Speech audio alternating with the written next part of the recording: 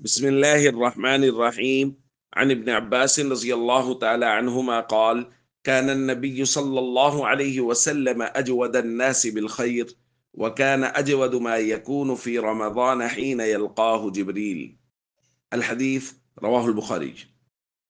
ابن عباس رضی اللہ تعالیٰ نما بیان فرماتے ہیں کہ نبی کریم صلی اللہ علیہ وسلم خیر کے معاملہ میں سب سے زیادہ سخی تھے، اور آپ کی سخاوت اس وقت اور زیادہ بڑھ جاتی تھی جب جبریل علیہ السلام آپ سے رمضان میں ملتے۔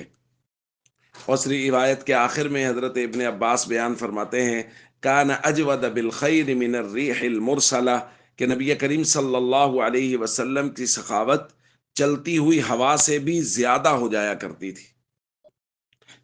دوستو، نبی کریم صلی اللہ علیہ وسلم کا کائنات میں سب سے زیادہ سخی ہونا، یہ بات تو اظہر من الشمس ہے۔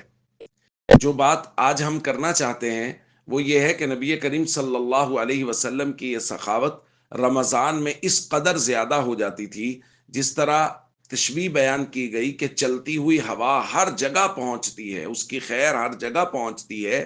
نبی کریم صلی اللہ علیہ وسلم کی مبارک سخاوت رمضان المبارک میں ہر جگہ پہنچتی تھی۔